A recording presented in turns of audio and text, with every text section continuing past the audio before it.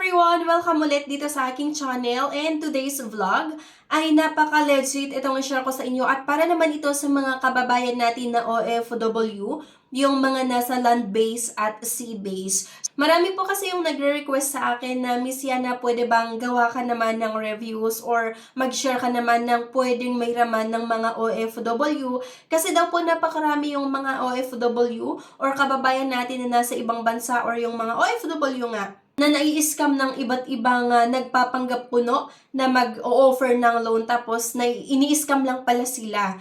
Maraming nag-message sa akin sa aking Facebook page at marami din po mga beshies yung mga nag-comment sa mga iba't ibang videos ko dito sa aking YouTube channel. Kaya ngayon nga mga beshies, i-share ko sa inyo itong isa na pwede kayong makapag-apply online. Panoorin nyo yung buong video na ito para malaman nyo kung ano yung mga proseso na kailangan yung gawin. At syempre para malaman nyo kung ano nga ba yung company na ito na nag-offer ng loan para nga sa mga OFW, sa mga nasa land-based at syempre sa sea-based. Pero bago ang lahat mga beshies, may good news nga po ako sa inyo kasi sa bawat video nga na na-upload natin dito sa aking channel, ako po ay nagpapag-giveaways hanggang 10,000 pesos. So kung nakakita kayo ng thumbnail ng video ko na may nakalagay na cash giveaways or cash winner announcement, ay panoorin nyo kasi doon ay nakalagay kung sino yung napili natin na mabibigyan ng ating pa-cash giveaway. So, maaari kasi na magbigay ako ng 1,000 pesos, ng 500, 200, or 100 pesos. Ang kailangan nyo lang gawin mga beshies ay comment nga po kung ano yung napanood nyo at ako po ay mamimili via YouTube comment picker kung sino nga yung ating mabibigyan sa ating pa-cash giveaways. And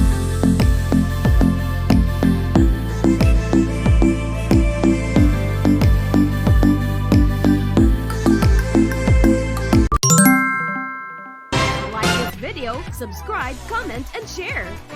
It declines the bank and other loan apps. Pwede niyong subukan yung ibang options. See the links sa comment section below. Disclaimer, try or apply at your own risk. And here nga mga beshies, ang i-share ko sa inyo itong SEPAT Credit Financing. So dito mga beshies ay napaka-legit talaga ito utangan at pwede kayong makipag-coordinate sa kanila. At ayun nga po mga beshies, easy online application, hassle-free requirements, at fast release of loans. So, napakadali lang po mag-apply dito. Kaya sana mapanood nyo nga yung buong video para malaman nyo kung paano yung step na gagawin natin para makapag-apply dito at kung ano yung mga requirements na kailangan nating isubmit bago makahiram dito. Ang SEPAT Credit Financing may ino-offer na klaseng loan na seafarers loan at OFW loan. So, isa-isahin po natin yan kasi merong seafarers loan sa mga naka-onboard at sa mga hindi pa at sa mga OFW land-based na nasa kanilang trabaho or nasa abroad or yung mga hindi pa or papunta pa lang. Merong seaman's loan nga, seaman's loan personal para sa mga seafarers na paalis pa lang at meron nga din po itong seaman's loan on board para naman ito sa mga seafarers na nakasampa na at sa mga kapamilya na tumatanggap ng allotment.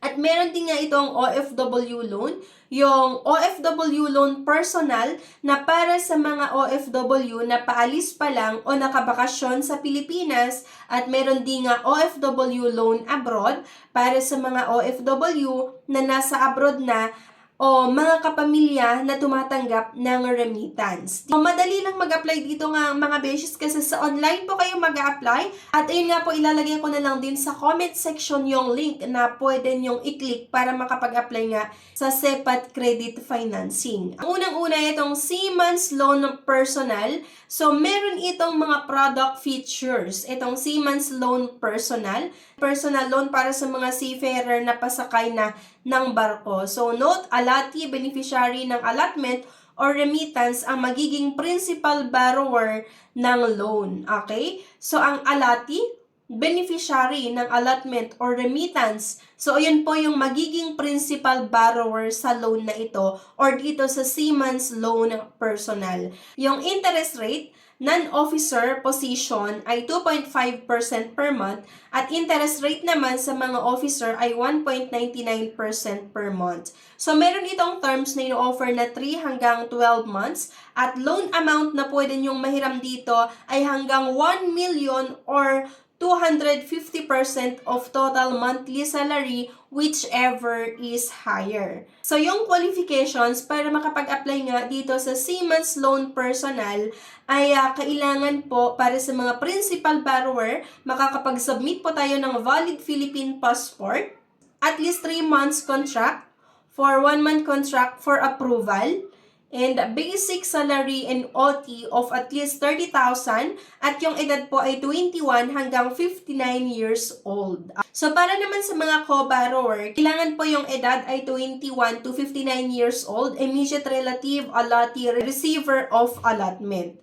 Yung mga requirements na kailangan nga nating ma-submit para sa mga principal borrower, kailangan nating makapag-submit nga ng valid ID of seafarer, yung proof of billing, DMW validated contract, yung valid Philippine passport, valid Siemens book, at para sa co-borrower, dapat meron po itong 2 valid IDs, proof of billing, and skip if same address with principal borrower require if different address. Para naman sa Siemens Loan on Board, yung mga nasa kanilang trabaho na or karaniwang nandoon sa dagat. Personal loan para sa mga seafarer na deployed sa barko, allotee, beneficiary ng allotment or remittance ang magiging principal borrower ng loan. Ito yung product feature, yung interest rate para sa mga hindi officer position, 2.5% per month at interest rate naman para sa mga officer ay 1.99% per month. Meron itong terms na 3 hanggang 12 months. So, mahaba-haba rin po yung loan terms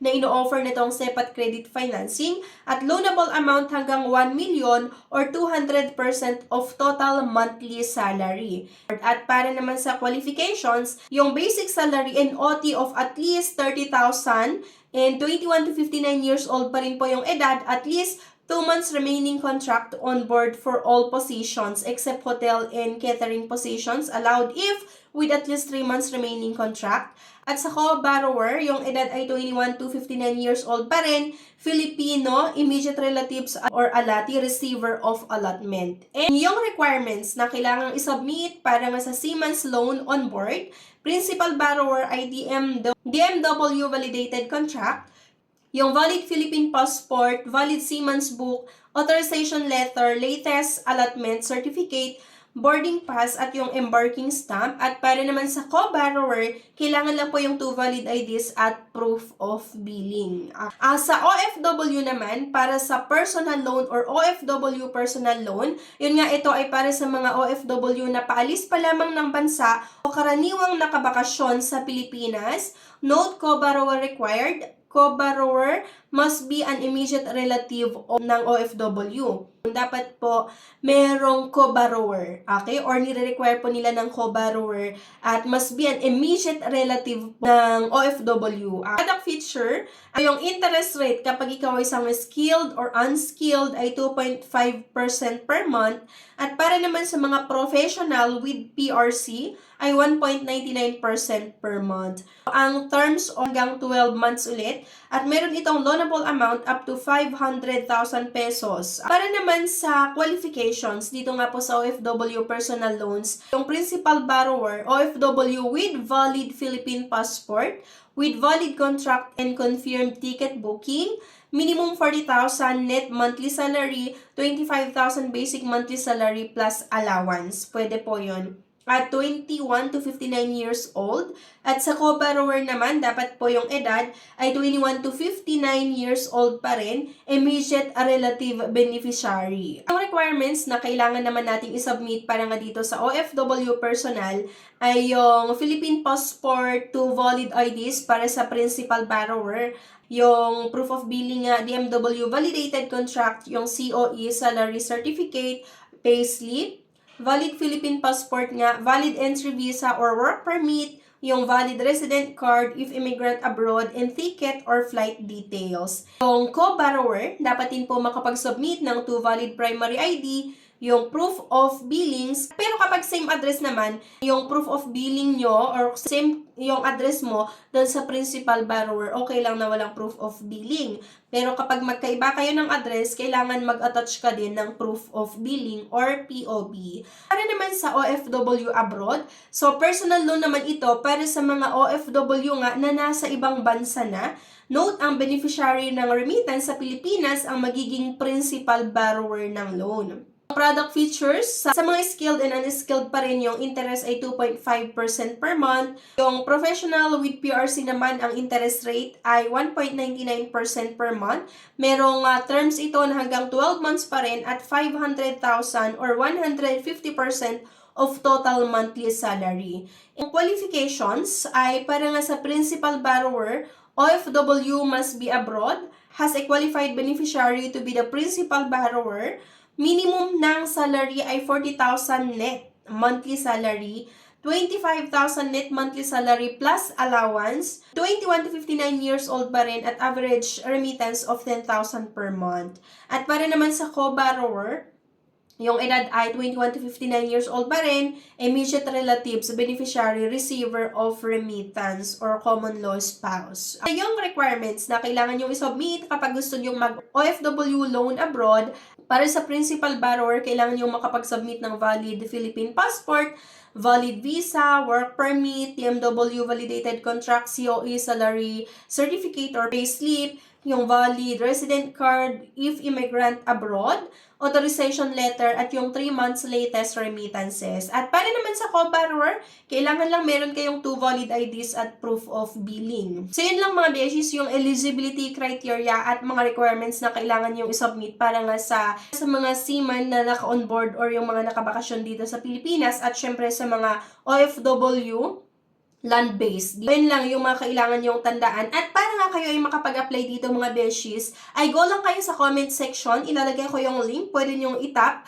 yung link na yon at makikita nyo yung mga kailangan yung sagutan. So, meron ditong nakalagay na loan details. By checking this, I have read and understood and agree to the data privacy of SEPAT Credit. So, kailangan yung basahin ito mga beshies at elect loan products. Mamili ka lang kung DH abroad, DH in the Philippines, OFW loan abroad, OFW loan in the Philippines, Seafarers loan deployed, Seafarers loan in the Philippines. Itong nakalagay dito na in the Philippines, yun nga yung karaniwang nandito pa kayo sa Pilipinas. So after nun, select branch kung saan mo ba gustong umutang. So kami dito yung mga lugar mga beshes, so mamimili na lang po kayo kung saan yung pinakamalapit sa area nyo. So, Bacolod, Cabanatuan, Cagayan de Oro, Calamba, Cebu, Dasmariñas, Cavite, ayan, Davao, Ermita, Facebook Online, General Santos, Iloilo, Calao, La Union, Lipa, Lucena, Ortigas, Pasay, San Fernando, Pampanga, San Jose del Monte, Telerenewal, Unit, and Tuguegarao.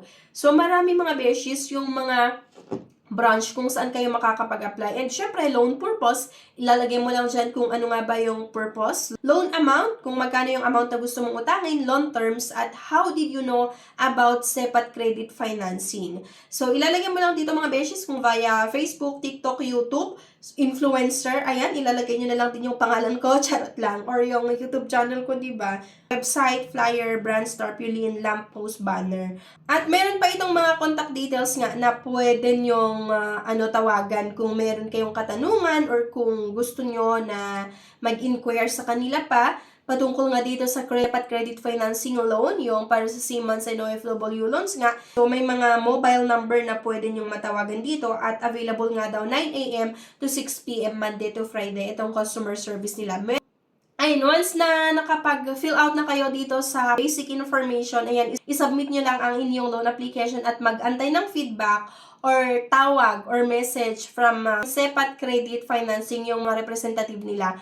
Regarding nga sa status ng inyong loan application, kung ano nga yung mga susunod pa na kailangan nyong gawin. Okay? So, sana po makatulong yung video na ito mga beshies. Kaya para nga sa mga interested, go na kayo sa comment section at i-click nyo na yung link para makapag-apply na kayo dito sa OFW loan na offer ng SEPAT Credit. Okay? So, anyway guys, thank you for watching and please don't forget to click the subscribe button. Sana i-like nyo din po yung video at huwag niyong kalimutan na i-share. Thank you at see you sa aking next vlog. Bye-bye!